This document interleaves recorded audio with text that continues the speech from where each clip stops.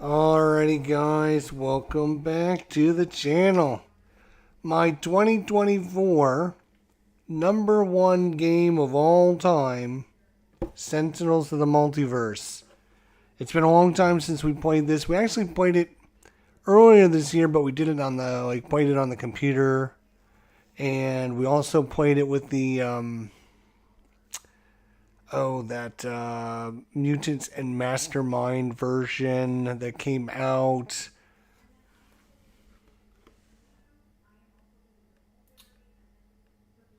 Sentinels of Earth Prime. So we have played it a couple times this year, but it's always good to bring out some Sentinels of the Multiverse. Will it be number one next year is the question. We've done this, our top 100 twice, and we've had two different ones. So is Sentinels of the Multiverse going to keep up on the list? One of the criteria for being number one game of all time is how often do you play it?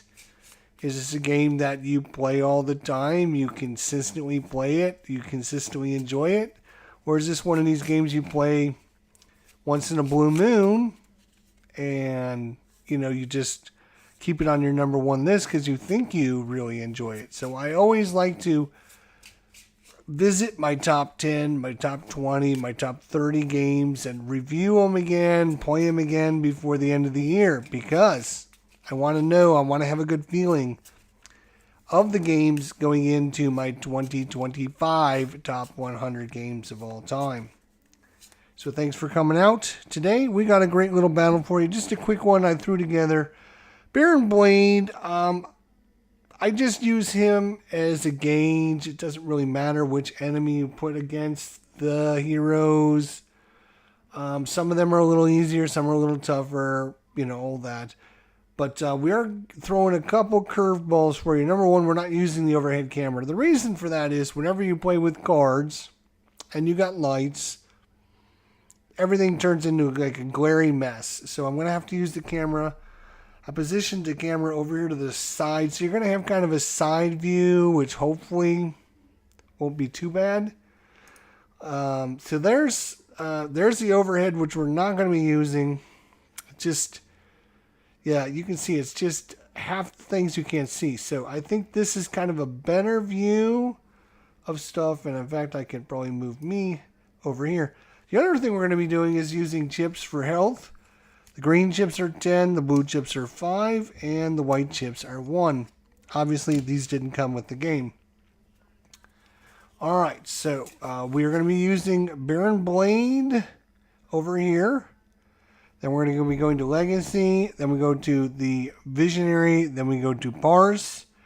Then we're going to be playing the Environment, which happens to be the mobile defense platform, which makes total sense because this is the mobile defense platform that automatically starts in play whenever you play with Baron Blade, and it makes Baron Blade a lot more difficult because this is an extremely hard environment.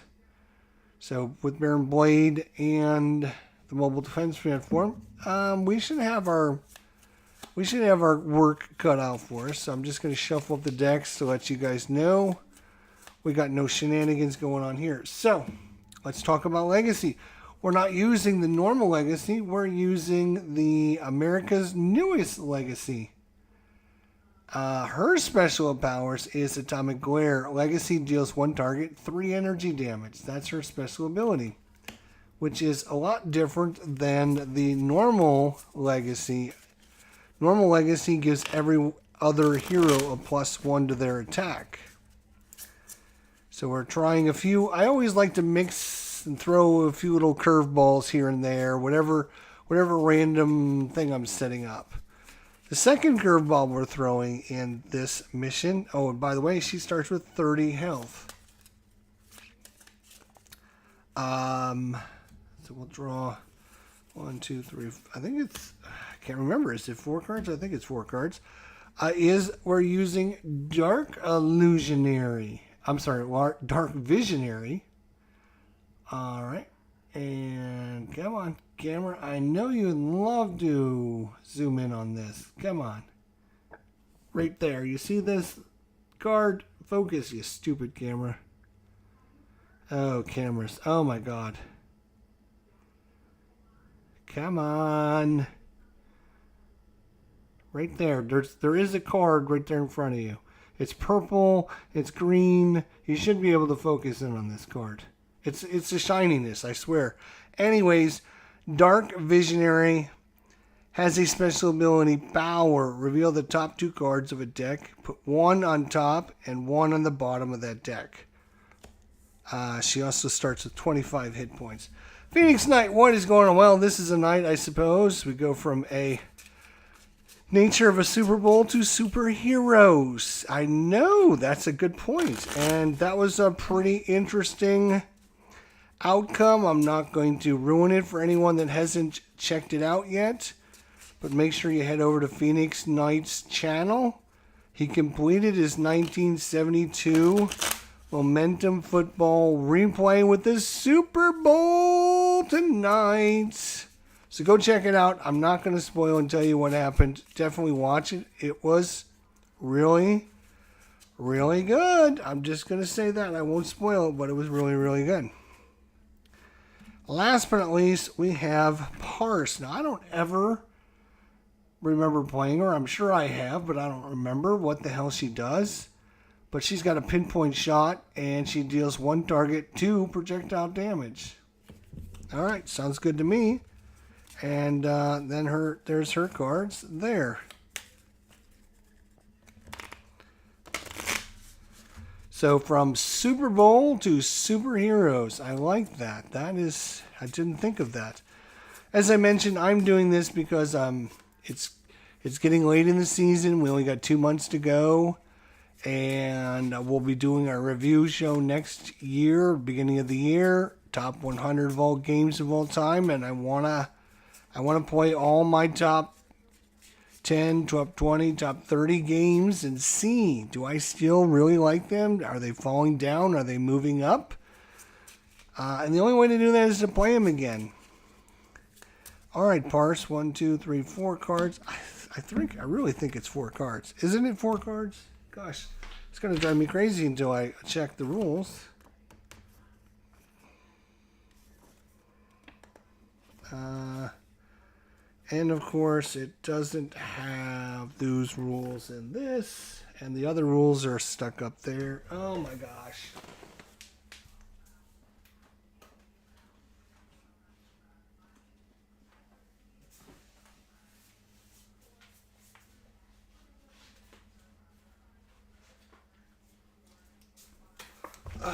Let's see what we got here. Got all my extra stuff stashed up there together. Marvel Champions as well. There we go. All right, let's look at Sentinels of the Multiverse. Righto. Yeah, each player draws the top 4 cards. I was almost positive, but I was like, I don't want to cheat and start with something I shouldn't. All right, I'll put these away in a little bit. All right, and we'll shuffle up our mobile defense platform just so everyone knows we're good to go. All right, so those of you who don't know, this is the mobile defense platform. Baron Blade, let's look at Baron Blade here. Baron Blade's card says, setup at the start of the game. Put Baron Blade into play with the villain character Impulsion Beam Inventor side up. So he's got 2 sides. He's got this side here, which is the Impulsion Beam Inventor.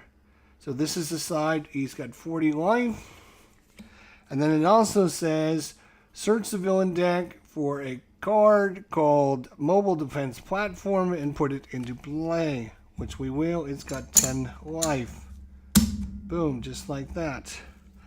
I am going to be putting the health on top of the characters because I don't need to see their pictures. All right, so that is, everything is shuffled. The mobile defense platform makes it so that Baron Blade is immune to damage. I wonder if I have, let me just double check and make sure I don't have the camera on Yeah, the camera is on autofocus. I wanted to make sure I didn't have it on static. Okay. The second thing that his setup card says, it says, at the start of his turn, if there's ever 15 cards in his discard pile, he activates his tractor beam, pulling the moon into the earth and destroying the earth. Game over, we lose. So if he ever gets 15 cards in his discard pile. And then at the end of his turn, guess what he does? Discards a card. And then the first time Baron Blade would be destroyed, which means if we do 40 hit points of damage to him, we flip him over instead. So that's kind of all the rules about him. Let's get to it. So the first thing we're going to do, what's to do?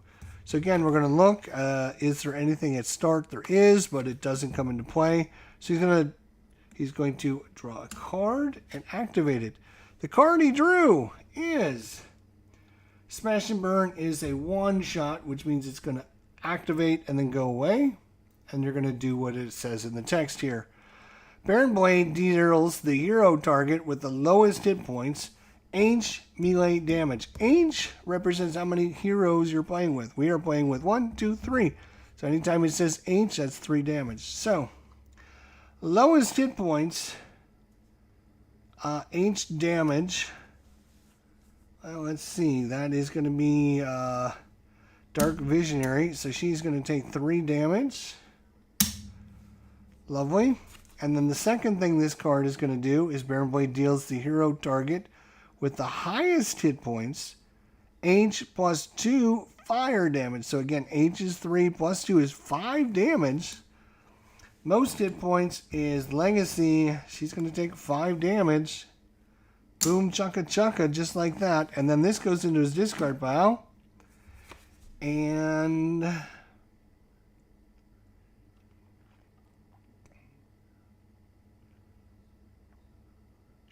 oh, it's you only discard a card if you're playing the advance. We're not going to play the advance for now. I'm not trying to like do anything fancy.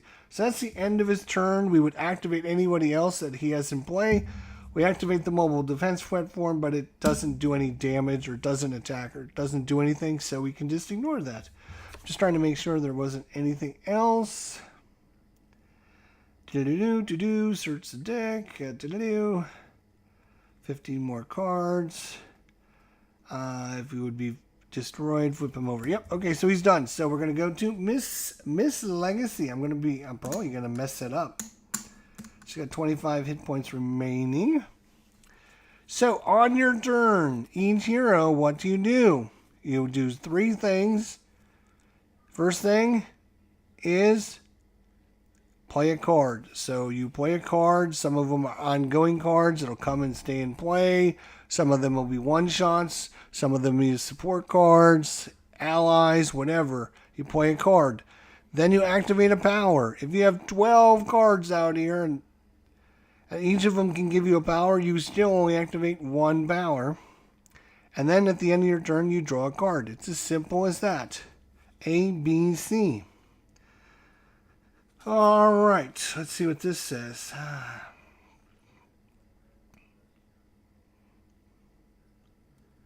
Ooh, Okay, that would be good if I had another power to actually do, but I don't have. All right, so I am going to put in Motivational Charge. All right, so it's an ongoing card, so we put it into play. It is limited, which means you can only have 1 copy of this in play. It says, yeah, take that. The power is Legacy is going to deal 1 target 2 melee damage and each hero targets regain 1 hit points. So I played a card. That's it. That's all I do. Now, next thing is activate a power. Now you notice this card has got a power on it, but my character also has a power on it. So I can either do this one or I can do this one. And what I'm going to do is I'm actually going to activate this power. Legacy is going to deal 1 target, 2 damage. So obviously the only He can't hit Baron Blade because he's being protected by the mobile defense platform, but we can do 2 damage to that. Once it's destroyed, then we can do damage to him. Alright, so that was his special ability. Now, all heroes regain 1 hit point, which is actually good. He's taking some damage. She's taking some damage. She is not taking any damage, so she can't gain any. So she will stay at 26. And then at the end of his turn, Legacy will draw a card. And his turn is done. And what I do is just put the cards on top as a reminder that his turn is done. And then we will go to Visionary. Alrighty.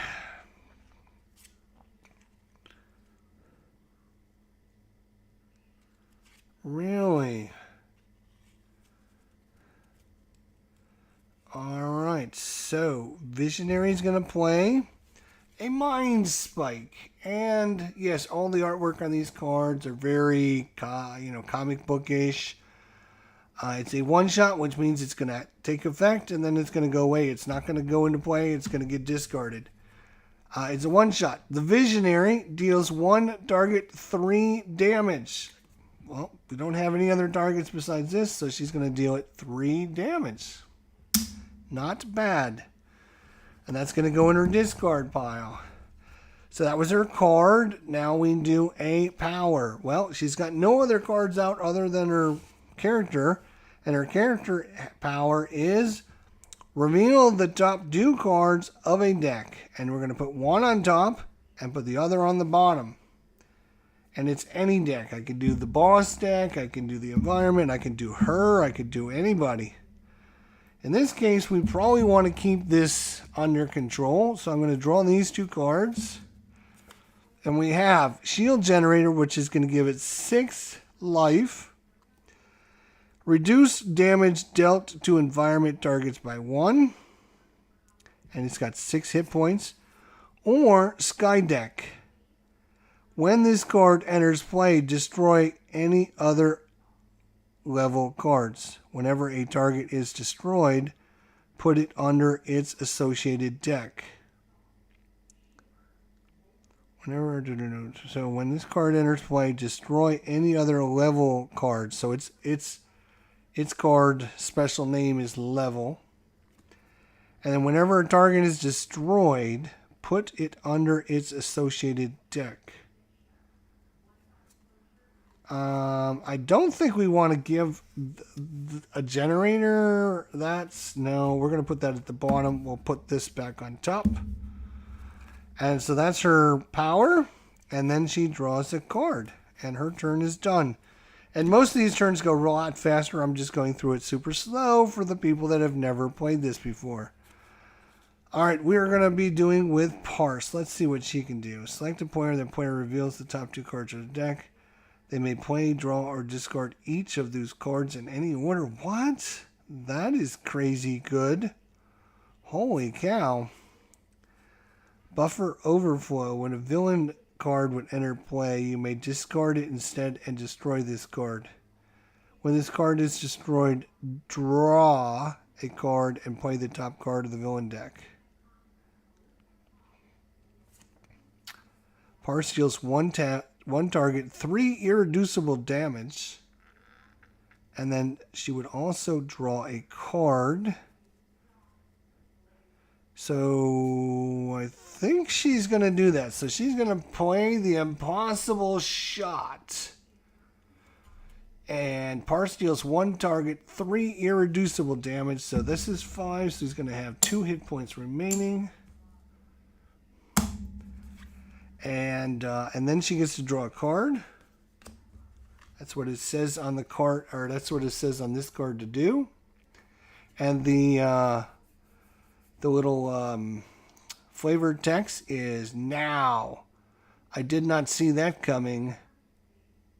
Murd. That was Ambuscade Freedom 5. That was from Ambuscade. This is Ambuscade. So you kind of learn the characters as you play it, which is cool. So that was her card. Now she can activate a power. Again, the only power she has is on her character. Parse deals 1 target 2 damage. Well, guess what? that is going to knock out our mobile defense platform. So Baron Blade is not going to be protected anymore. That goes away. That worked out rather fortunate. So that was 2 damage. And then she will draw a card and end her turn. Now the environment comes out. The environment is going to be our Scar deck. When this card enters play, destroy all other level cards, or are none. And whenever a target is destroyed, put it under its associated deck. Alright, so that's going to come here. And then we would activate any powers or do any damage, but right now there isn't any. So go back to Baron Blade.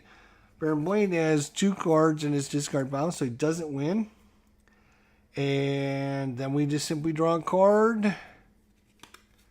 Oh my god, it's another mobile defense. Are you kidding me? Oh my gosh. Are you freaking kidding me? He put out another mobile defense platform. Well, at least he's not going to damage us. So that's good. That's his whole turn, though. So it goes back to our turn. Legacy.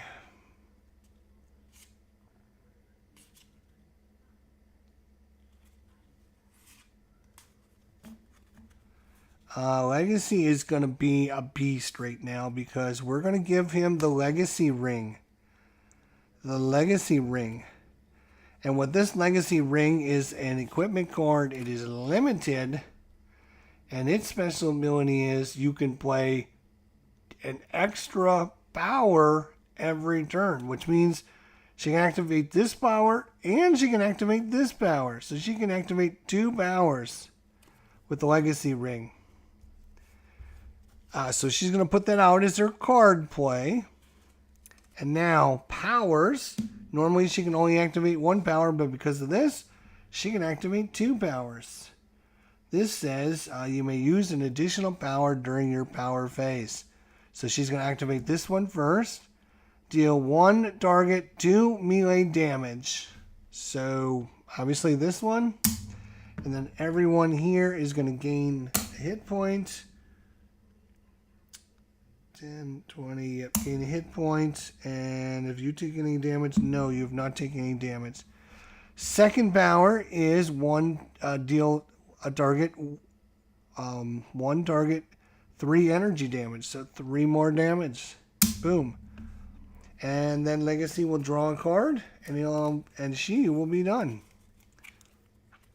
Wow, that is...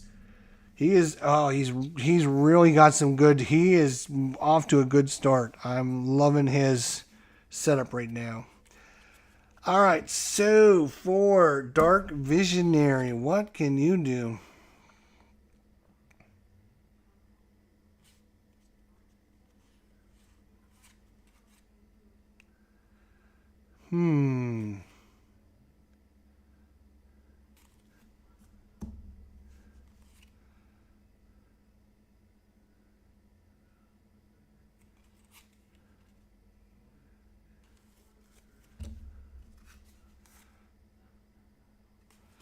Oh boy. Not liking any of those. Okay. She's going to do another. She did this last time. She's going to do it again. Another Mind Spike. Deals 1 target, 3 psychic damage. So 3 damage onto this. Then for her power, she is going to again go on the mobile defense platform. And she's going to see what's coming up. It doesn't matter. It's the same card back to back. So we'll just put 1 on top and 1 on the bottom. And we'll look at it when it happens. Then she will draw up. And her turn will be done. Parse. Parse. Okay.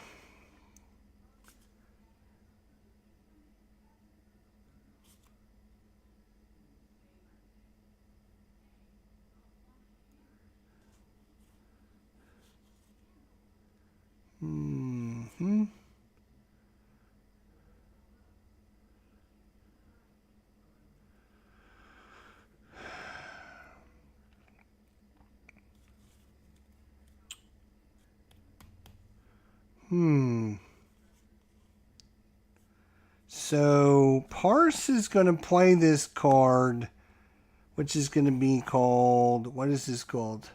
Syntactic Analysis. It's a one-shot, so it's going to happen, and then it goes away.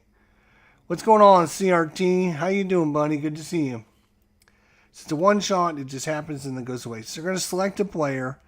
That player reveals the top 2 cards of their deck. They may play, draw, or discard each of those cards in any order. So she's going to have Legacy, draw 2 cards, and then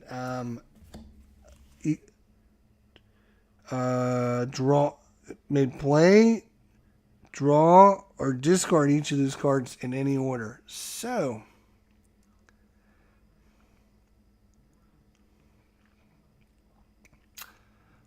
she will play this card, which is basically a card that says whenever Legacy would be dealt 5 or more damage from a single source, she can reduce that damage by 1.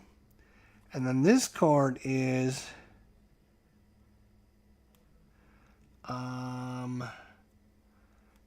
he's just going to draw that one. He's not going to play it yet.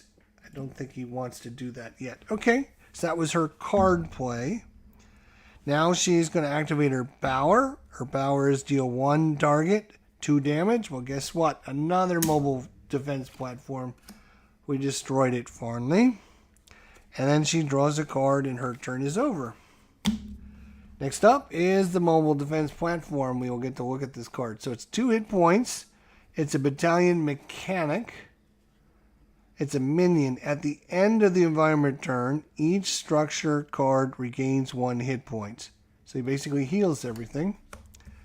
And so we put that card out there. Then we activate all cards in order of the cards that have been out the longest. This card doesn't do anything. He doesn't do anything, and we're done. So nothing really happens. He's there in case some of the other cards come out. But we're off to Baron Blade. So Baron Blade, again, doesn't have anything going on for him, so he will draw a card. And it's going to be a Blade Battalion, 5 hit points. It's a minion. And then at the end of the turn, this card deals the hero target with the highest hit points, X damage, where X is the current hit points of the card. So he's going to deal 5 hit points. That's great, because why is that great, you might think? All right, so we put that card into play. Then again, we do the same thing with the boss. We activate all of his cards, oldest to newest. Well, he's only got 1 card. We activate this card. He's going to do 5 damage to the person with the most hit points.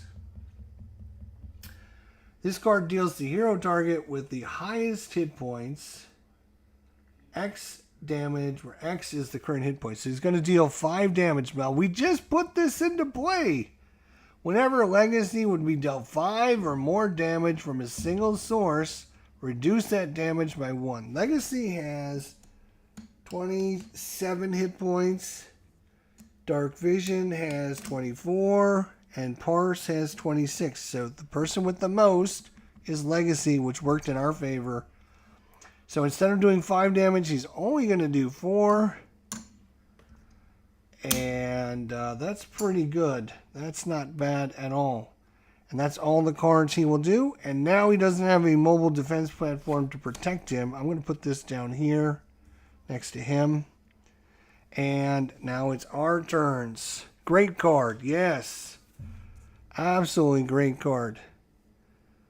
So, how do we want to do this?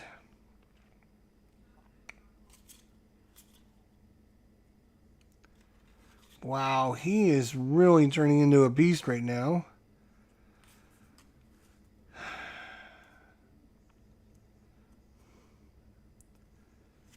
Alright, so he's going to activate a one-time ability called Thunk. It's a one-shot, so it just does its thing and then it goes away. Legacy deals 1 target, 3 melee damage. and then draw a card. So he's going to, this guy should have 5 hit points on him. So he's going to do 3 damage and draw a card. So he's going to do 3 damage and draw a card. That was his card play. Now he gets to activate his power, but because he's got the ring, he gets to activate 2 powers. So the first power he's going to activate is this one. Legacy deals 1 target, 2 damage. So guess what? 2 damage to this thing. It's gone. And then all heroes regain 1 hit point. He's going to regain a hit point. She will gain a hit point. Parse will not because she hasn't taken any damage yet. So she's still at 26. She's at 25. And he is at 24 now because she took that big hit. So that was this card. Now she can also deal 1 target, 3 energy damage. Now we could take care of this minion over here. But we do need to start doing some damage to Baron Blade as well. I'm not too worried about this guy healing. So we're just going to do the 3 damage right to Baron Blade. So 3 damage, boom, take a 5, and he gets 2 back, not 3. So he's down to 37 hit points remaining. And then at the end of his turn, Legacy will draw. And his turn is done. Visionary. Oh, this gets discarded. There we go. Alright, Visionary.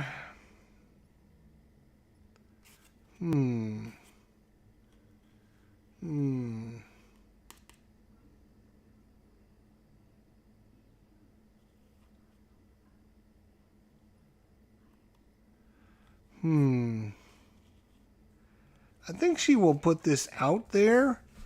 So I'll show you what this one. This is kind of a ongoing limited card called Demoralization. At the start of her turn, Visionary deals each villain target 1 psychic damage. So she gets 1 free damage against all of the villain targets. So anything the villain and any of his cards will each take 1 damage from her, which is super good. So that's her card play. Then she's going to do her ability, and I'm going to choose her ability this time on Baron Blade, and we're going to kind of fine-tune what he's going to do to us. So we can do another battalion. That's pretty bad. Or he can do this power remote turret, 7 hit points at the end of the turn. This card deals each hero target 2 projectile damage. Wow. Increased damage dealt by this card by 1 for each mobile defense platform in play. That's pretty brutal. Somebody's either going to take 5 damage or everyone's going to take 2 damage. I guess we'll take the Blade Battalion and put it on top. Wow, that's crazy. So that's her special ability, and then she draws a card at the end of her turn. Alright, over to Parse. Parse, let's go. Let's go, girl. Let's go.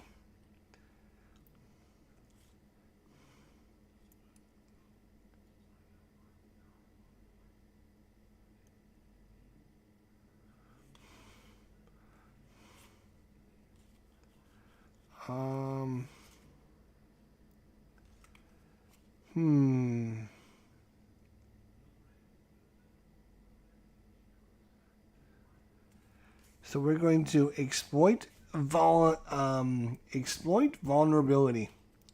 It's an ongoing card, so it stays in play.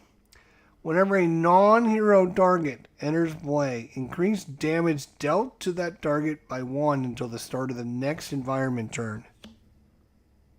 Whenever a non-hero target, so just over here on this side, we're going to increase the damage against that card until the next time that this goes. Alright, so that's her card play. Then she's going to activate her special ability. One target, 2 damage. So 2 from Baron Blades. He's down to 35. And then she will draw. And then we will draw nothing at the start of the turn. So we draw the top card. It is a Birth level. When this card enters play, destroyed all other level cards. Okay, that one's destroyed. The first time a target enters play each turn, play the top card of the environment deck. The first time a target enters play, oh my gosh, that's crazy. Oh my god.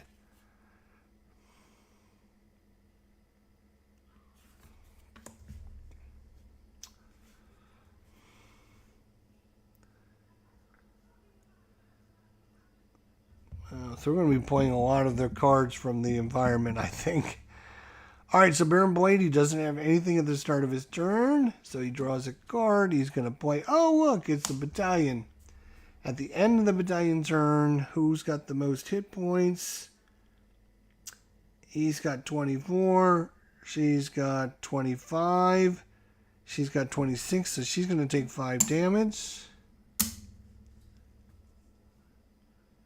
Oh, actually, hang on a second. Because she just put this card into play, which allows her to, whenever a non-hero target enters play,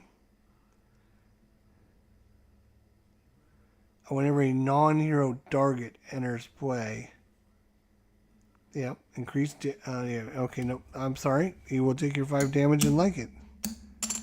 Alright, so that's the stupid Blade Battalion. Alright, that's it for them. How many cards does he have in his discard pile? He's got 4 cards. Okay, we're doing okay there. That's not horrible. It's not the end of the world. Legacy, what do you got going on?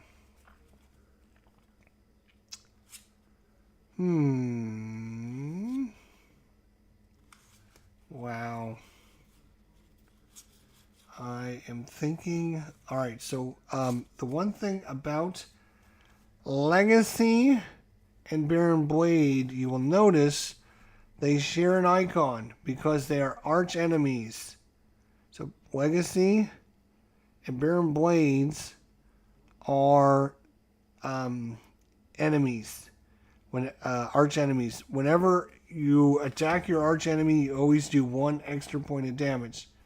Now, Baron Blade doesn't actually attack in this mode. He's got his minions and stuff and his mobile defense platform, but they don't do extra damage. The only thing that does extra damage is the actual character.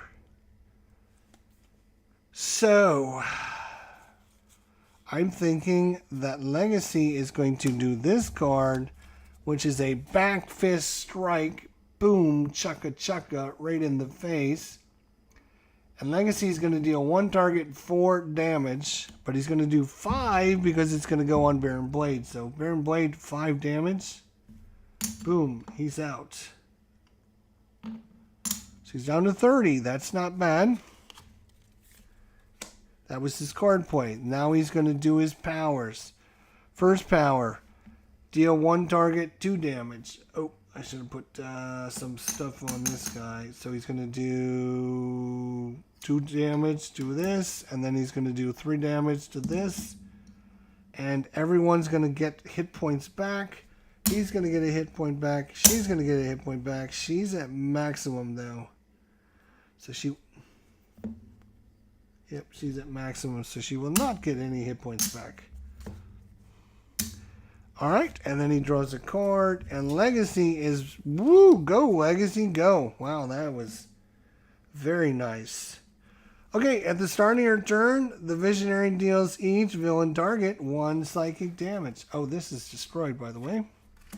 So Baron Blade, take 1 damage, and like it. Then she's going to activate,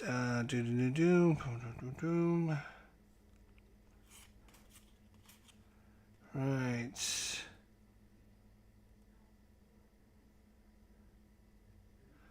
So she's going to activate her Pathetic Vision card. It allows her to look at the top 3 cards of the environment deck. 1, 2, 3. She gets to put 1 on top and 1 at the bottom. And 2 at the bottom, sorry. 1 on top and 2 at the bottom. Okay. Wow. Oh my God. If this card is reduced to 0 hit points, everyone loses. Everyone dies. Game over.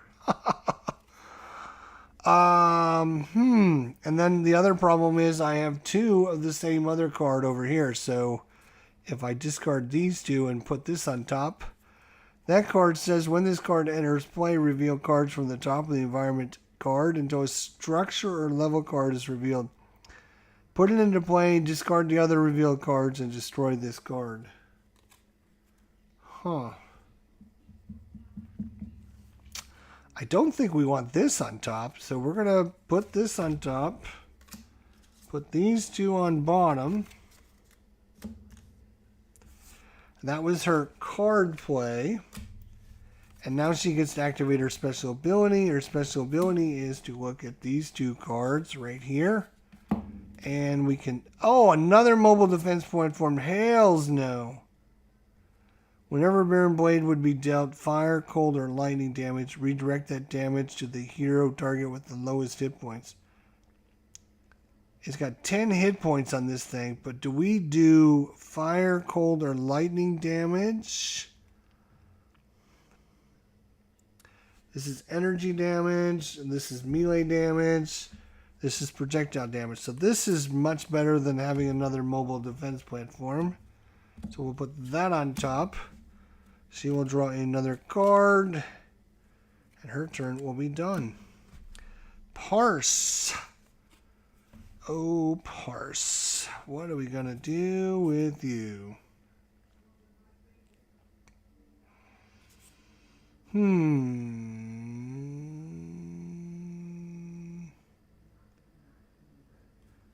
Where she's going to play this card, which is the one I thought I played last time, but it's not.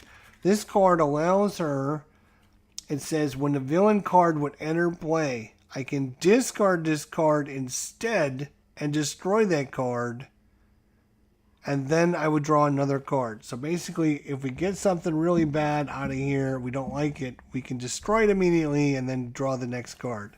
So I'm going to put that out there. And then she's going to do 1 target, 2 damage. And I think we're going to take care of this mechanic because I don't like where this is going with the environment over here. So we're going to get rid of that mechanic. And then she's going to draw a card. And we're going to the environment. So we will draw this card. And oh, look! It's the MDP Turbo Lift. When this card enters play, reveal cards from the top of the environment deck until a structure or level card is revealed. That is a minion. That is a minion. That is a minion. That is a minion. That is a level. When this card enters play, destroy all other level cards. So that gets destroyed at least. Increase damage dealt to and by environment targets by 1. Okay. So until a structure or level card is revealed, put it into play, discard the other revealed cards, and destroy this card. So this card is destroyed. It's out of the game. I'm just going to set it up against the box over there, and hopefully I'll remember. So, all right. Baron Blade doesn't have any cards in play. He's going to draw a card.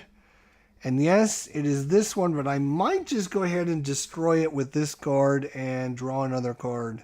Because I don't want to have to do 10 damage to this guy. Although, if he would be dealt fire, ice, or cold, or lightning, redirect the damage. But we're not doing any of those kinds, so maybe it's not the end of the world to have this card come out. All right, we're going to leave it out there. We're going to leave it out there because he's not going to do any damage to us. It is a, I'm not sure if I showed you guys what it is, but it is a elemental redistributor. So if we're doing fire, cold, or lightning. So he's doing melee, and he's also doing energy. She's doing projectile damage. It might limit some of our cards in our hands. Let's see. Let me see. Hang on. So this one, he does melee damage.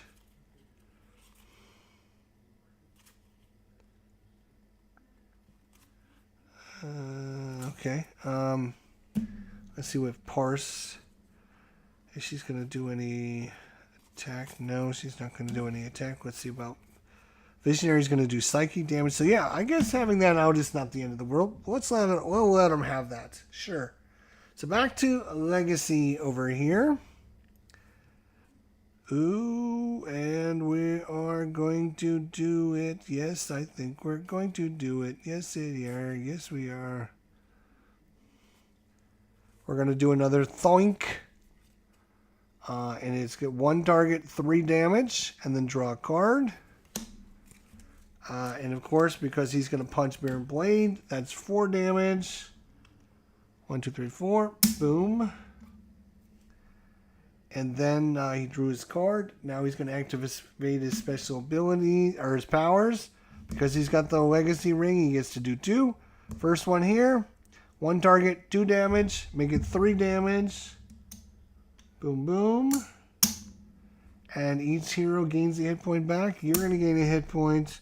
You're going to gain a hit point. Good. And then this one is 1 target, 3 damage. That's going to be on 4 damage on him. And 4 damage. That's nice. He is down to 18 hit points. Look at us go. Nice. Legacy, you're a beast. You're a freaking beast. You're healing people and you're doing 2 attacks. Are you kidding me? Legacy, you're a beast. At the start of her turn, the Visionary deals each villain target 1 psychic damage. Boom. And then her card play is she's going to deal 1 target 3 damage. He's going to lose more. He's going to lose more.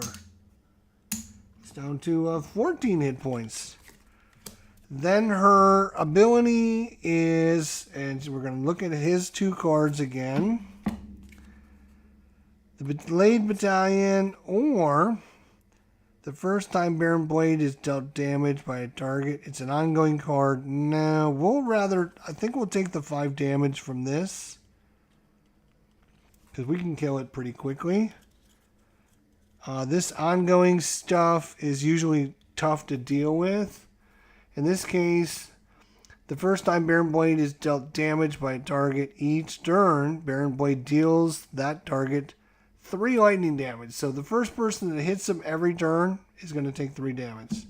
And that's not good because it's going to be Legacy, and because if he punches Legacy back, it's going to be extra damage. So yeah, for sure we don't want that. Alright, so Visionary that's her power. She will draw a card. Okay. And Parse. Okay.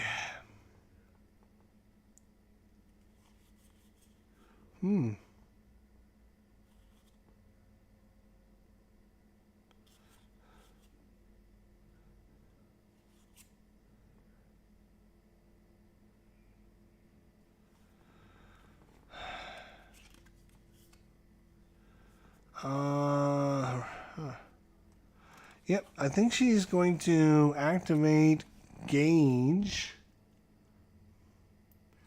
It's an ongoing card. Oh, it's an ongoing. Okay, which means I would have to activate my power. No, I don't want to do that. That's just dumb. Okay, never mind that. What she's going to do instead is she's going to use this power, or this card, 1 shot. 1 hero may use the power now. She's going to tell Legacy to use her power. One target, 3 damage, but because it's Baron Blade, it's going to be 4 damage. He's down to 10 hit points. That's a good one. Then she's going to do 2 more damage to him. He is down to 8 hit points. His days are numbered. Oh, yeah. His days are numbered.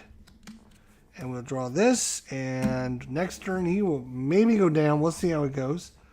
So the environment card is, oh no, a shield generator. Reduce damage dealt to environment targets by 1. Well, we're not really attacking this, so that's not been that big a deal. And now it's his turn. All right, so we're going to draw. Card, it is the Blade Battalion, right.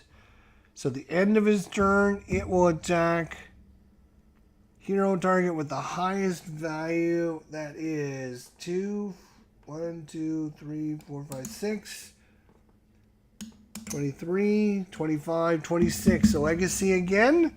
But because he's doing 5 damage, we can reduce that to 4 damage. So he will take 4 damage because he's got the superhuman durability. Whenever legacy would be dealt 5 or more damage from a single source, reduce that damage by 1. That has worked out twice for us now. That's saved us 2 hit points. That's pretty good. Alright, so that's all his cards. It is our turn. Lovely.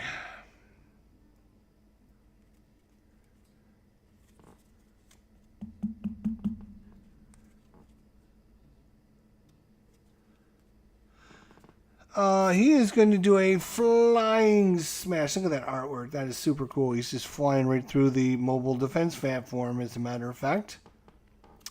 It says Legacy deals 3 targets, 3 damage each. 3 targets, 3 damage. Well, he's going to deal 3 damage to him. He's going to deal 3 damage to him. And he's going to deal 3 damage plus 1 because it's him. 4 damage. And look at this. He is down to 1, 2, 3, 4 hit points. All right. And now, that was just his card play. That's right. He can deal 1 target, 2 melee damage. That's this guy right here. Get him out of here. And everyone heals. So he's going to heal. She's going to heal. She's at max. No problem there. And then 1 target, 3 damage. And he's going to make it 4, and that's it. He's knocked Baron Blades out. So we look at the text here. And the text says, when Baron Blade would be destroyed, flip Baron Blade's villain character card instead. So we are going to flip his card from the Tubular Impulsion Beam Inventor. And he's going to turn into, dun dun dun, the Vengeful Mad Scientist. 30 more hit points, so he's going to get 30 hit points.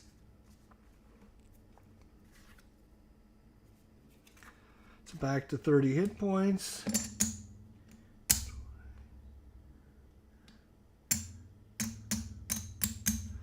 So 30 hit points for him, but now we don't have to worry about him pulling the moon into the earth. We don't have to worry about any of that. And that is good. So that was, and then that was the end of his turn, right? And he draws a card. Oh my gosh, he's got 2 of those cards now. He's got 2 of those cards. Okay, that's all right. All right, Visionary. Man, we could really use you to do, oh, start of her turn. Each villain target takes a damage. So he's going to take a damage. He's going to take a damage. Everyone takes some damage from her.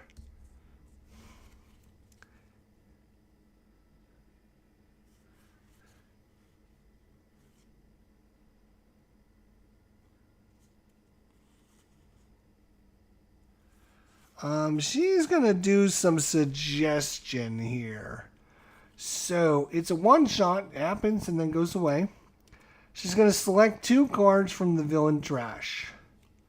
Put one of them on top and one at the bottom of his deck.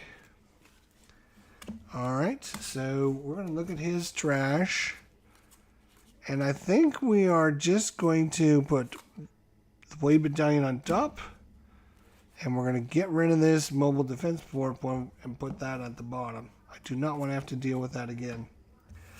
Then for her turn, she is going to look at the top 2 cards of his deck.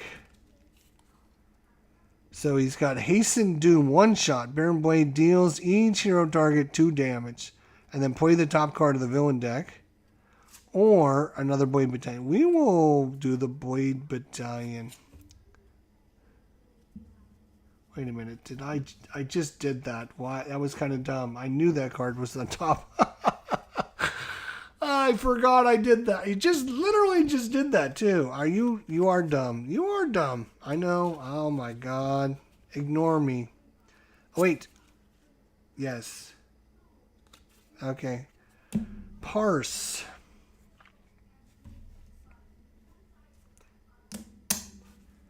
Oh, Parse, what are you going to do?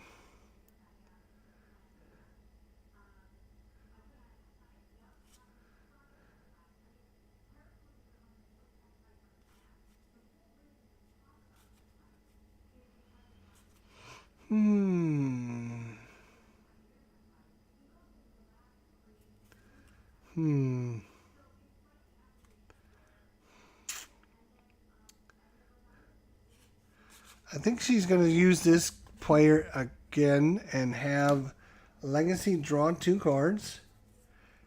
And he is going to play that card, which is going to reduce damage to him by 1. And the second card is an ongoing card. Oh, this is really good. It's an ongoing... villain cards cannot be played at the end of your turn. The villain target with the highest hit point deals Legacy 2 energy damage. At the start of your turn, destroy this card. So he's going to get to put that into play. Which means Baron Blade will not get to play any cards on his turn, which is super good. That was a great play by Parse. Then she will deal 1 target, 2 damage. We might as well do it to Baron Blade. And she'll draw a card. Okay. Environment is another shield generator, which is going to do absolutely nothing. He's got his super shield generator, but he doesn't have anything that's attacking us or doing any damage, so we don't really care about that. Alright, Baron Blade's turn. He cannot draw any cards. Villain cards cannot be played.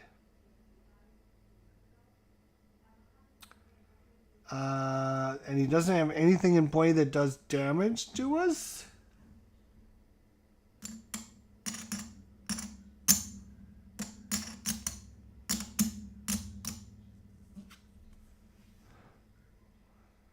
Oh, hang on a second.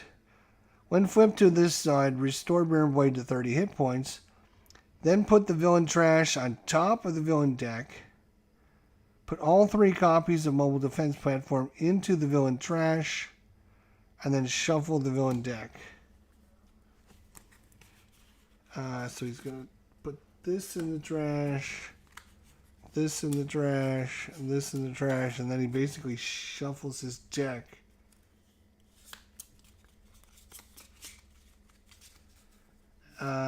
So, when flipped to this side, restore Baron Blades to 30 hit points.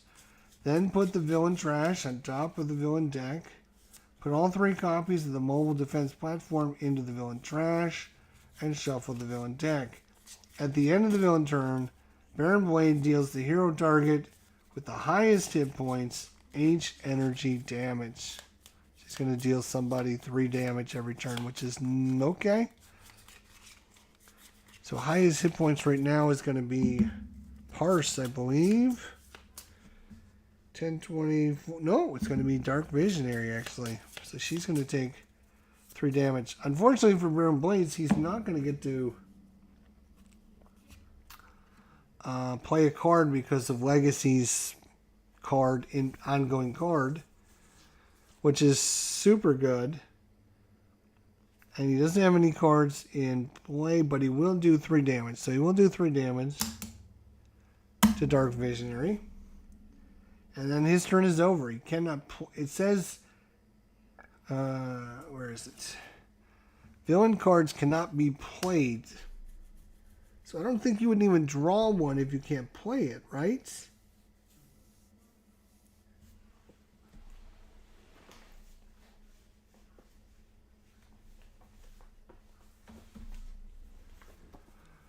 Can't be played. If it can't be played, let's see.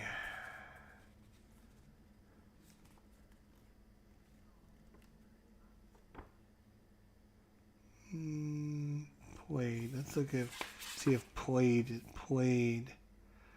When a card is played, the text on it takes effects, and then the card either stays in play or goes in appropriate trash. If a card can't be played, then it shouldn't take effect, and so I'm not sure you would draw a card then. So we're not going to draw a card. Okay. So that's his turn. And so then this card specifically says at the start of your turn, destroy this card. So he loses it. It's basically one turn. We prevent the boss from being able to do something for one turn, which is still pretty good. And now Legacy, we've got 10, 20, 25, 26, 27 hit points left. What can we do to you?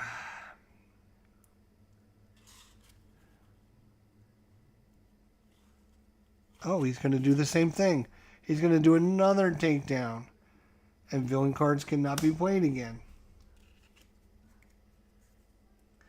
But at the end of his turn, the villain target with the highest hit points deals Legacy 2 energy damage. Okay, so he's going to prevent him from playing cards again, but he's going to take damage because he's kind of in the fight with the boss.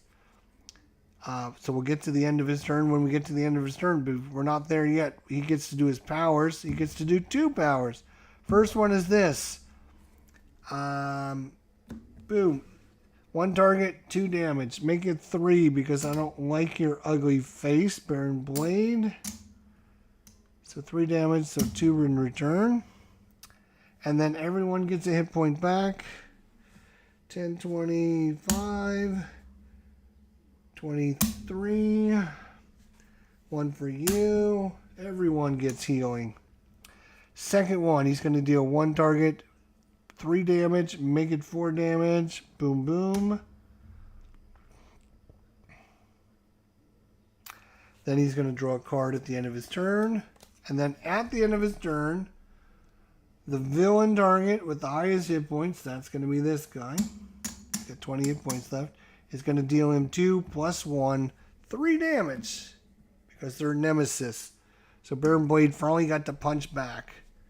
All right, but that's okay because he's not going to be able to play any cards for another turn. At the start of her turn, you use damage, and then you lose a damage as well over here. Oh my gosh, Vision! I mean, they're going to die. Just every turn she'll kill them eventually. Okay, 3 targets, 2 damage.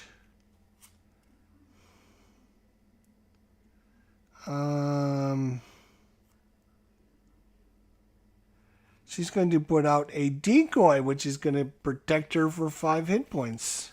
That's nice. And then she's going to activate her special ability. Look at the top 2 cards of his deck. We'll put the Blade Battalion on the top, sure. Alright, and then she draws a card at the end of her turn. Parse.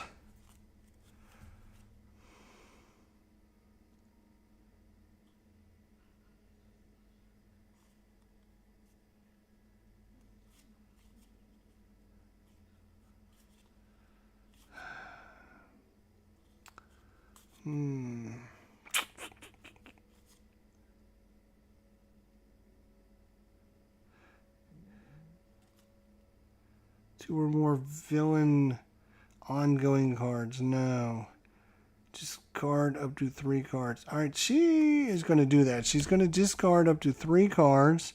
She's going to discard 1, 2, 3. She's going to discard 3 cards, and she gets to draw twice as many cards as she discarded. So she's going to get to draw 1, 2, 3, 4, 5, 6 cards.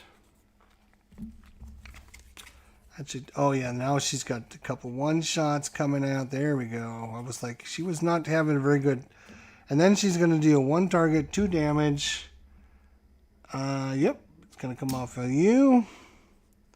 Then she'll get her card at the end of her turn, and she'll be done.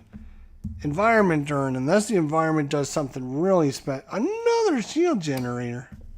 He's got 3 shield generators. There must be a card in here that like is some kind of like attack weapon. I'm going to take a look because I want to see. I don't see anything that would be like.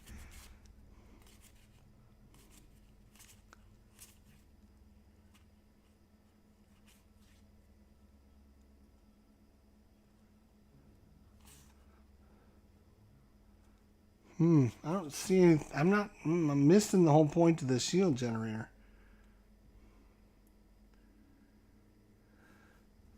Because I don't see anything. Oh, I guess this guy would do a little bit of damage, sure.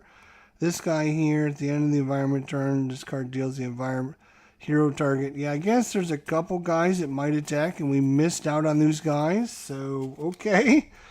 All right, villain turn again. He's gonna have a really bad time. He's not gonna have a good time at all. But he is going to punch somebody for 3 damage. And that person is going to be... It's going to be Parse. 3 damage. She has the most hit points. Okay. And then he can't draw cards because of this. And his turn is done. And unfortunately, this card goes away again. But it did its job. It really slowed the boss down a bunch.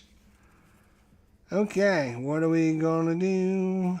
One more of those cards would be awesome, but...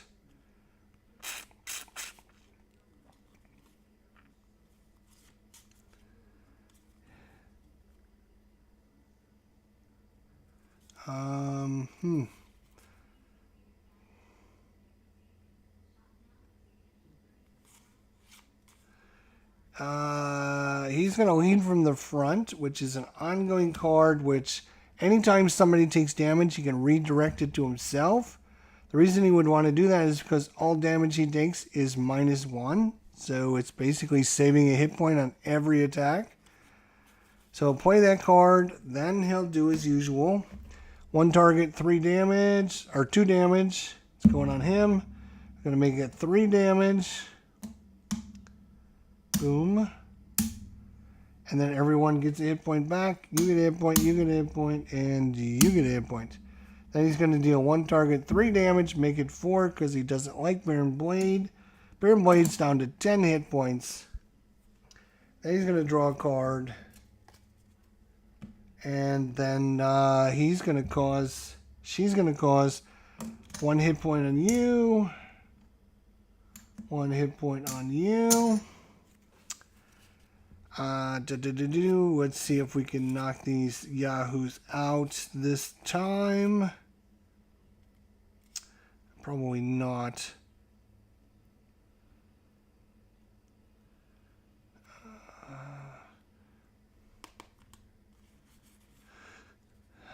Yeah, we'll use this. This is just everyone takes 2 damage. So you take 2 damage. You take 2 damage. Each one of these things would take 2 damage. I don't think that's going to matter. We're not going to try to kill off the shield generators, but...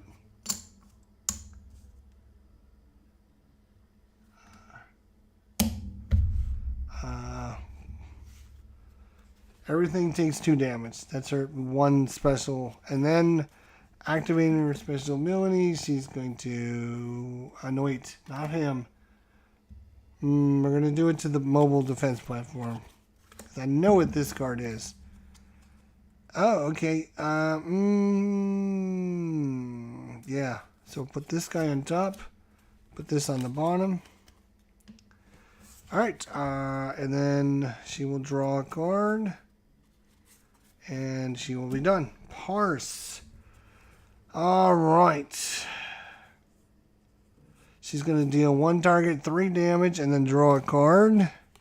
It's going to be him. 3 damage. Oh, wait. 3 damage.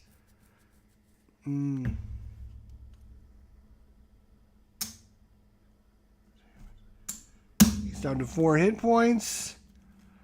I don't think I can kill him this time, unfortunately. Damn. Because her attack only does 2 damage. So we'll do 2 damage, draw a card, and see if the environment is just going to draw the mechanic out. It doesn't do any attack. It just repairs other things. So that would actually go back to full hit points. That would go back to full hit points, which is fine. We don't really care. And then for the boss turn. He doesn't have anything to play at the start of his turn, so he draws a card. He brings in the minion. He's going to do damage to Parse. 23. No, I'm sorry. Visionary. Visionary's going to take 5 damage. He could redirect it, but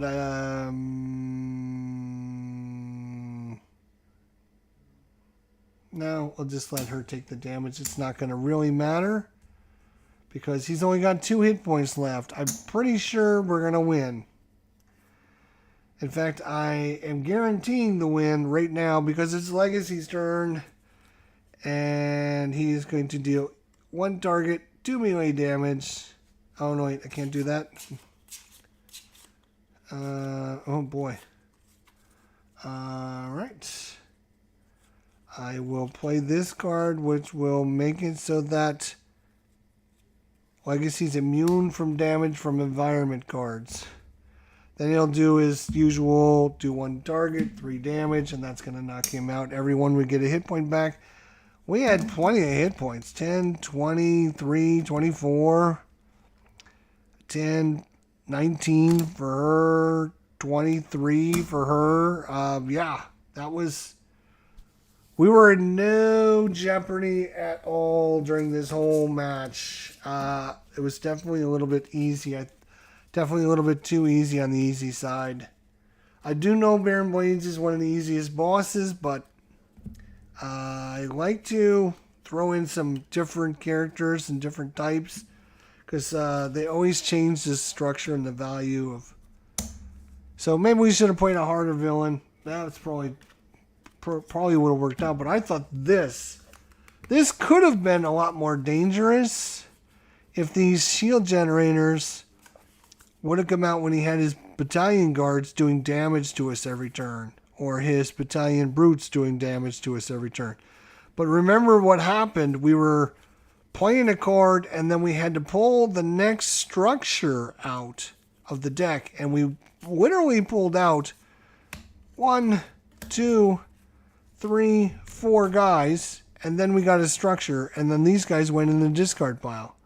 So we never got to deal with them. So I think we got extremely lucky on this mobile defense platform. I think, if I'm recalling it correctly, which I tend to do. But that is another look at Sentinels of the Multiverse, which, if you remember from our 2024 top 100 games of all time, it ended up being my #1 game of all time in 2024. Again, if you're just joining us, I usually like to go and play each of my top 10, 20, 30 games again each year at the end before I do the review show, just to make sure I still enjoy these games and move it up a little bit, move it down a little bit. First year, I think Sentinels of the Multiverse was in like 4th or 5th place. So it did move up a couple last year because some of the other games in front of them moved down. And just because, you get different feelings about the different games and stuff. I really like this one. I think it is super fun, super good. It is definitely worth your investment, especially since you can. I mean, I got like 2 full copies of Sentinels of the Multiverse because you can pick it up for like $10, $12 sometimes when it goes on sale. It's not a very expensive game, and you get a ton of characters. What am I looking for? I'm looking for Visionary. Why can't I find Visionary? Well, let's put Parse away. I found Parse's spot. So I got like 2 or several different complete sets.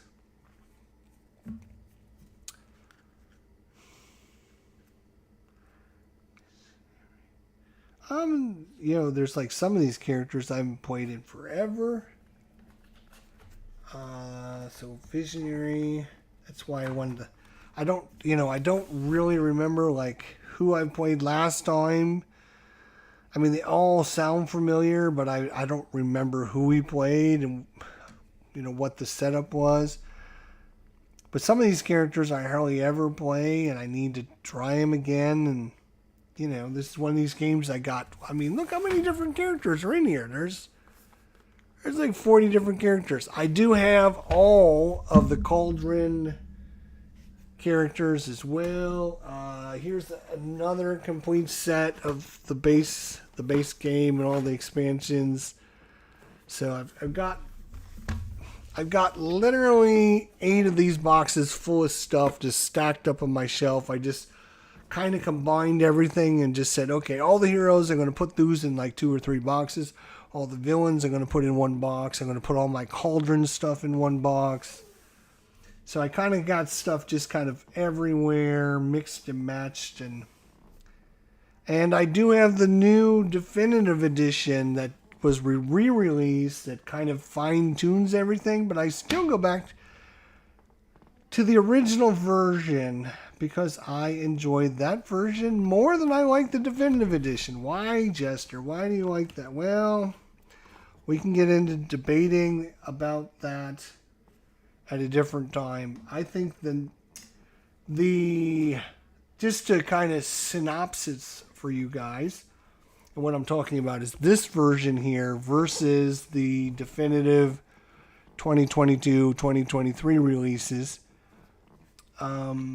Is the original rules for Sentinels of the Multiverse. On your hero turn, play your started turn cards. Play a card, activate a power, draw a card, play your end of round powers. Boom, boom, boom, boom. Very simple, very quick, very easy. If you look at the revised or the new edition, they've taken these 4 or 5 easy steps and they have combined it into a 12-step process. And so the one thing that I really liked about Sentinels of the Multiverse in the beginning was how simple it was. Play a card, play a power, draw a card. And then if you have something that says, at the start of your turn, do this. At the end of your turn, do this. You activate those at the start of your turn and the end of your turn. It's as simple. It's so simple. Play a card, activate a power, draw a card. And you can literally play a turn per character. If you had 3 people sitting around a table, like everybody's taking their turn in like 30 seconds, 40 seconds, because you've got several minutes to think about things as your opponent or as your allies are doing their thing. You're watching what he's doing, and I'm going to try and take this guy out, and blah blah blah. Can anybody do 3 damage and help me out? Oh yeah, I can do this card. So you kind of have that whole camaraderie and working together thing. But you do, okay, I'm gonna play this card, boom, and then you get to activate your card over there. Okay, thanks. And now I'm going to activate this power, do 3 damage to that character, boom, draw a card, and I'm done. It was so simple, so quick, so simple. And I love that. Nowadays, you are constantly like, oh, draw 2 cards out of your deck, play one of those cards, give 1 card to your opponent. It's like it's taken the quick, easy part of the game out of it now, because you got to do all these extra things. You're constantly like, a lot of the characters now are like, search your deck for a device card and put that card in your hand. So you're constantly like searching through your deck and then shuffling your deck back up. It's fine. There's nothing wrong with it. I just enjoy the simplicity of this version better. That's it. And that's why. That's if you're interested, I like the simplicity of the original version better. I like the new version of Sentinels of the Multiverse for how they've streamlined the characters and made things more balanced and easier to understand. And they've highlighted some of the like start of the turn now is in big green letters, start of the turn. So if you can't see that, you're blind. And that end of the turn is in big red letters. So they've made that step up to make it easier for, oh shoot, I forgot to do that. I forgot to activate that power at the end of my turn, which would have done 3 damage. And oh, geez, I forgot all about that, right? So you have that whole issue. So I just, again, so the new versions do have some advantages with that, with the streamlined characters, better balance, making things easier for the players to get up and running quickly. You don't have as many dead turns. You can have some dead turns in this original version. So it kind of fixed all of those problems. But then to fix those problems, it made the game a lot more complex, and it made it a lot more work. You're going to have to be searching your deck. You're going to be looking. You're going to have to read like big blocks of text to read what it says. It's not as quick and as easy. So, I mean, there's advantages to both of them. I play them both. I have a great time with both of them. It's just the way, I could play both of them and be happy. If I was only going to have one version, I would keep the original version. But I don't have to. I can play both versions because I have both of them. The CRT, thank you, buddy. I appreciate you coming out. I appreciate your comments. It seems like a lot of fun, and I like this one a lot.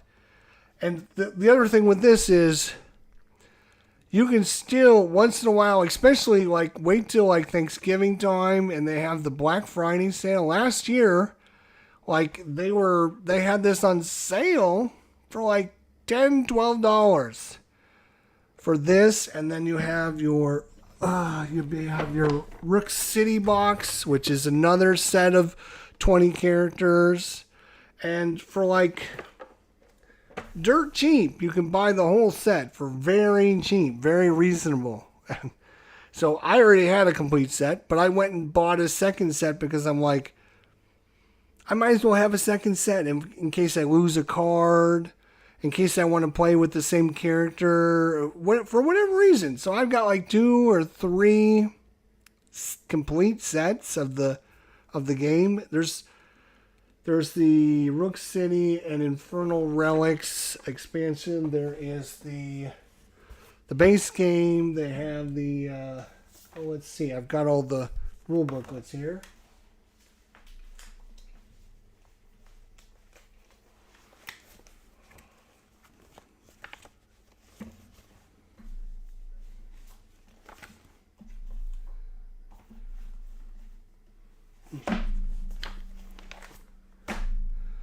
Alright, so they have obviously Sentinels of the Multiverse, which is the core box game. Then they have the Rook City and Infernal Relics. If anyone is interested, these are the 2 I would get those 2, because they're the best, and it'll give you the most content, and it'll give you 40 characters to play with, and it'll give you 20 enemies to fight and 20 different environments, and you'll have a huge time.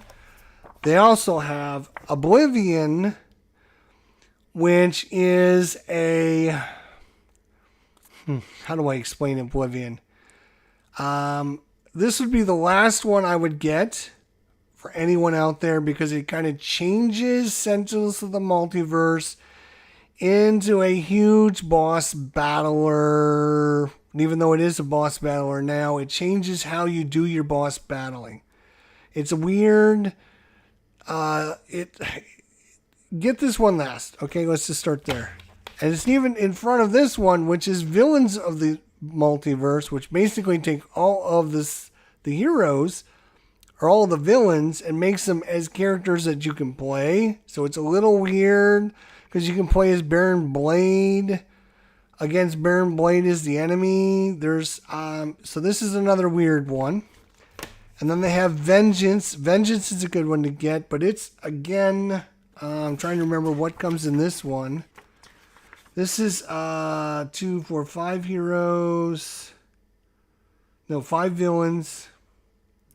5 heroes, and I think this one was one that worked with Oblivion, if I'm trying to remember correctly.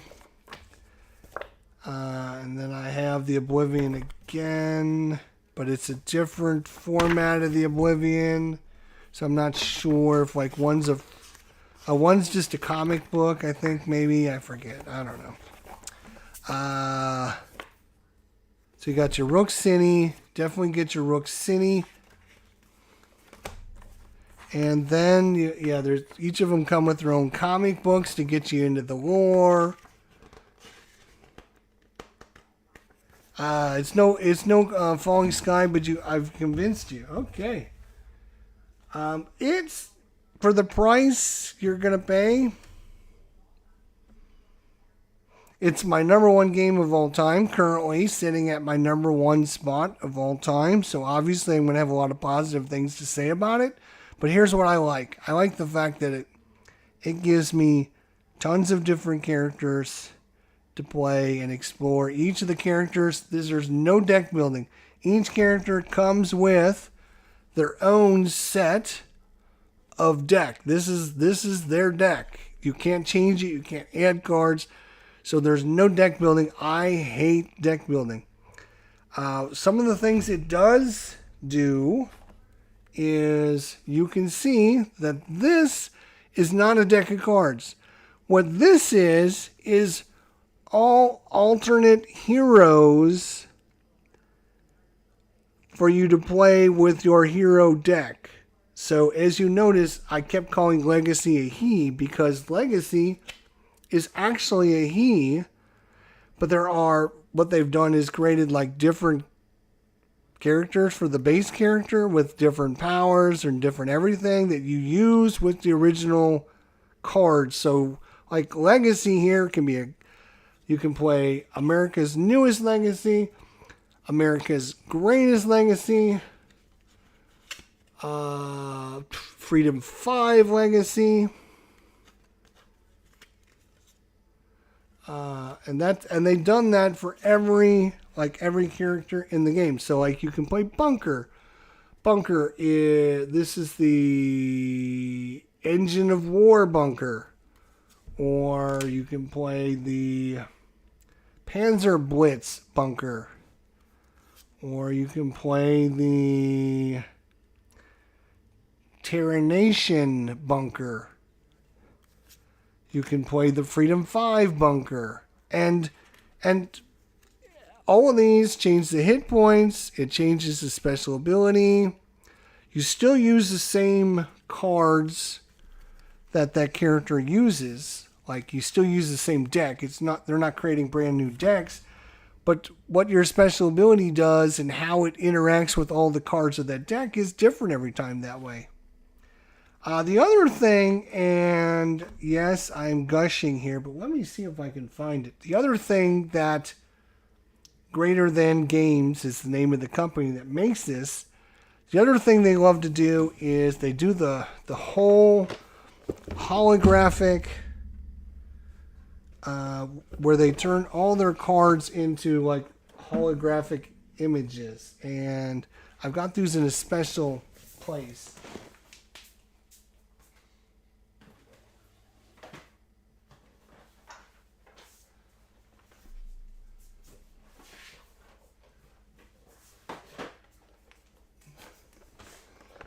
See, I got more boxes. I'm not sure which boxes they're going to be in.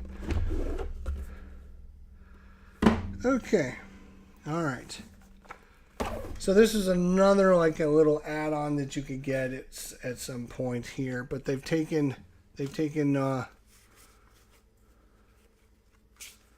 right.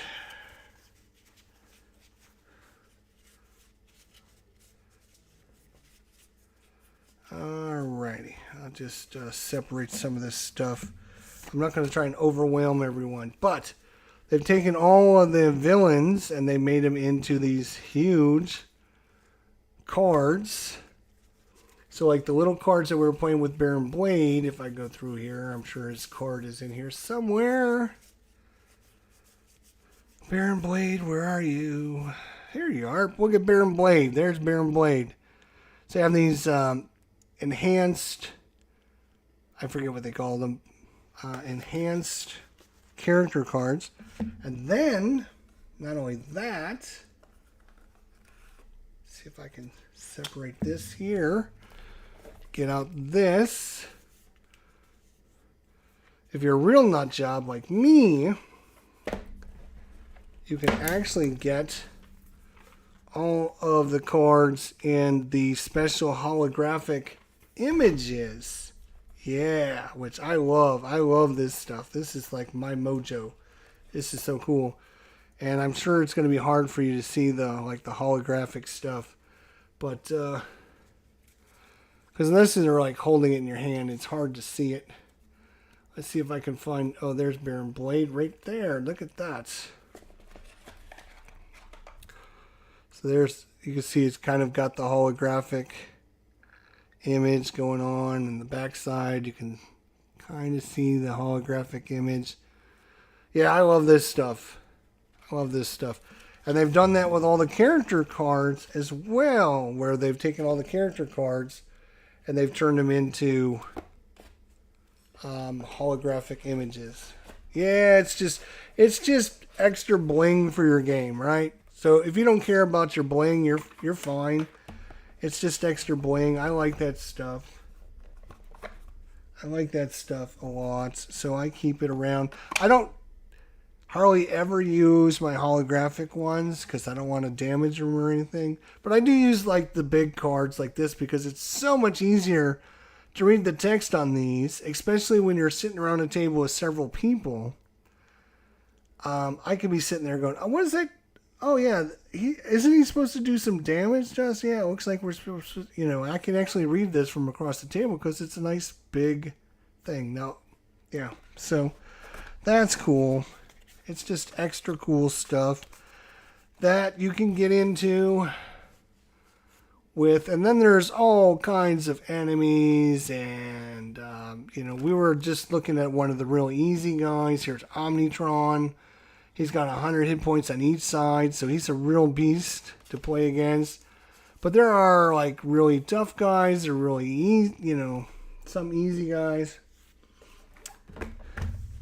And then, oh yeah, should I talk about the cauldron? I don't know. Maybe I shouldn't. Maybe that's too much information.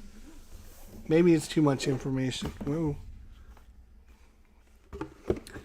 So you will see in this box here a bunch of more characters and stuff, but they look a little bit different than the ones that came in the core game. And that's because, how do I explain this? Okay. So there was a guy that approached Greater Than Games and said, hey, I have ideas on how to make some new characters and this, that, and the other thing. And they're like, throw a package together and we'll take a look at it. Well, long story short, he was really good at making the characters and doing everything. So they were like, you know what? We'll give you the thumbs up on this if you want to do it. So you can actually go to... let's see if we can do that. All right. I will share it with you here in a second. And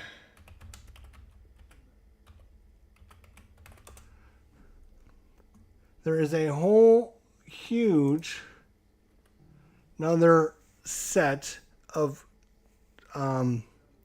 characters and stuff that you can buy from drive-through cards, which are officially licensed cards that they're not made by Greater Than Games, but they are officially licensed by them, which means, you know, they're great quality. They're awesome to play. They're really good, and you can see there's just a ton of them here.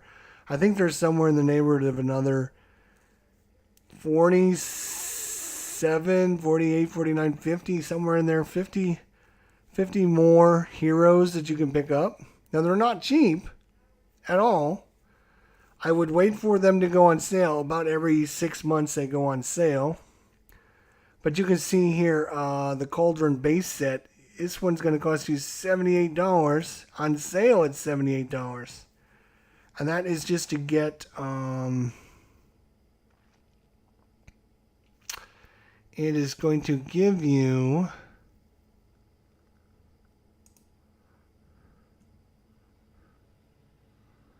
1, 2, 3, 4, 5, 6, 7, 8, 9, 10. It gives you, like, I don't know, 10 heroes, 10 enemies, and 5 environments or something. But it's expensive. It's not cheap. I think I ended up spending somewhere in the neighborhood of around $150 to $170 to get all the Cauldron stuff, which is extremely expensive because I can go and buy this for like $10, and yet, the other stuff is expensive. Anyways, drive-through cards is, if you've never ordered anything through drive-through cards, They produce the best quality cards. To be honest, the cards that you get, and I'm just going to pull out one as a tester so you guys can see the card quality on the cards that came from drive-through cards is better than the card quality I got from Greater Than Games. To be honest, it's just better. Maybe that's why it costs a little bit more, but you can see the back side of these cards. I mean, everything's lined up perfectly. It's not, what I'm trying to say is it's not done by a bunch of yahoos, right? It's just, they're really good. I've gotten this stuff. I've gotten a bunch of my title bout boxing cards. They're tarot sized cards and everything. They're exceptionally done, exceptionally well. Again, give you another example of the cards and the quality. And if we're looking at the back of this card, look at this. I mean, just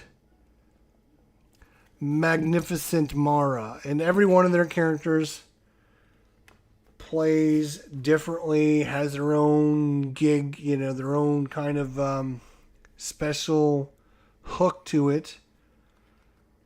And so if you're really, really going down the path of, I really would like to get as much Sentinels of the Multiverse content I could possibly get. If you're one of these guys like me and you're like, I'm a completionist and I need to have it all. I have to have everything they ever made.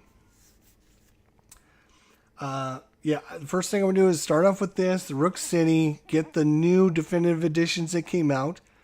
Try all that stuff and see. That might be enough for you, to be honest.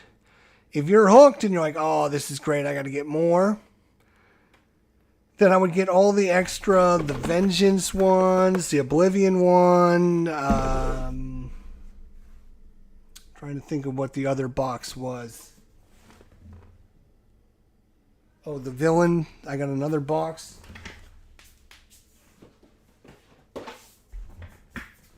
The Villains of the Multiverse. And again, I think I threw a bunch of this stuff into there. But again, some of it changes how you do some things. The Oblivion is a little bit different. So I would get that kind of last because it does things differently. It kind of takes 3 or 4 bosses and you kind of go up against 3 or 4 bosses. And then if you defeat those bosses, then you go against like, I don't even know, because it didn't really interest me, to be honest. And then again, if you're really, okay, I got all this, I got this, I got all that, then get the cauldron stuff if you can afford it, because it's great. We should have played with some of it tonight, and I didn't. So it's a bummer. But I know a lot of people, and I mean a lot of people. Worth it, yeah. I just bought the first 3. There you go. Let me know. Seriously, let me know. Leave me a comment sometime, or let me know what you think of it when you get it. Let me know, what you think of the value. I don't know how much you bought them for, but let me know what you're thinking.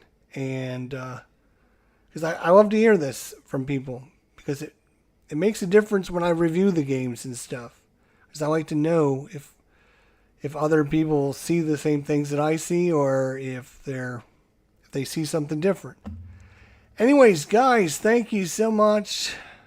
Good luck with getting it and trying it out and having fun with it. There is literally, I swear. Oh, and then, hang on.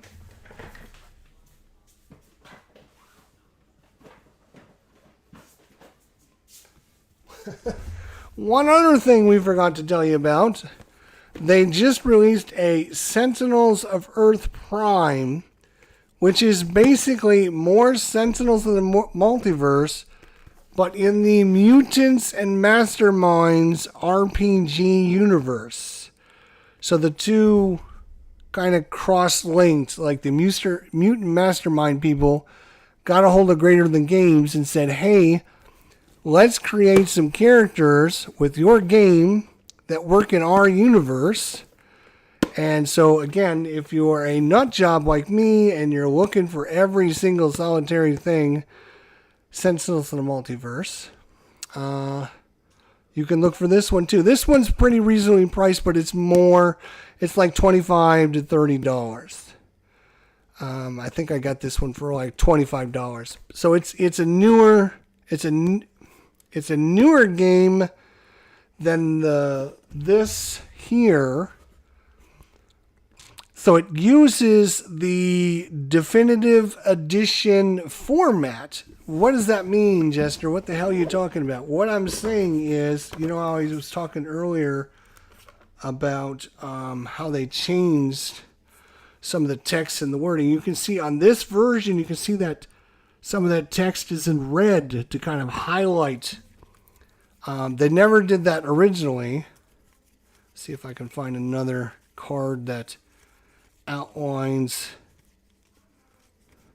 So while they were making changes to Sentinels of the Multiverse to get it ready for the new definitive edition, that's when they decided to produce this game. And so they were using the new, again, format of how they arrange the cards, highlighting text. Like you can see that there's bold letter words there and stuff to kind of help everything stand out. So when people read the text, they look at the words and they say, oh, start of turn. Oh, I should play this at the start of my turn. I get it. Oh, okay. All right, there you go. Completionist curse. That's right. So there is a lot of stuff. If you get all the cauldron stuff and you get everything, you're talking, I would think probably in the neighborhood of 60 to 70 characters, probably 40 or more villains, and maybe like another 40 to 50 environments. I mean, the combinations you can get is just going to be insane. Like insane. And every one of these characters, you're going to be playing through 8 to 10 to 12 rounds. You're only going to see like maybe a third of the cards in their deck. So there's a lot of replayability and a lot of time that you can invest in this system. So that's why it's my number one game of all time, because of all of this stuff. Like it's not just one game. Is it the best game ever? And this replaced Dominion. And if you know anything about Dominion, Dominion is now on their 16th expansion. So this game has got as much content almost as Dominion. Not quite as much, but anyways, that's where we stand with Sentinels and the Multiverse. Hopefully this helped you guys. And again, if you have any thoughts, comments, suggestions, questions, whatever, leave them in the comments section down below. You see my email address coming across right there. You can email me, of course, at idjesterlive@gmail.com. And if you don't forget this, I will see you all down the line. Take care, everybody.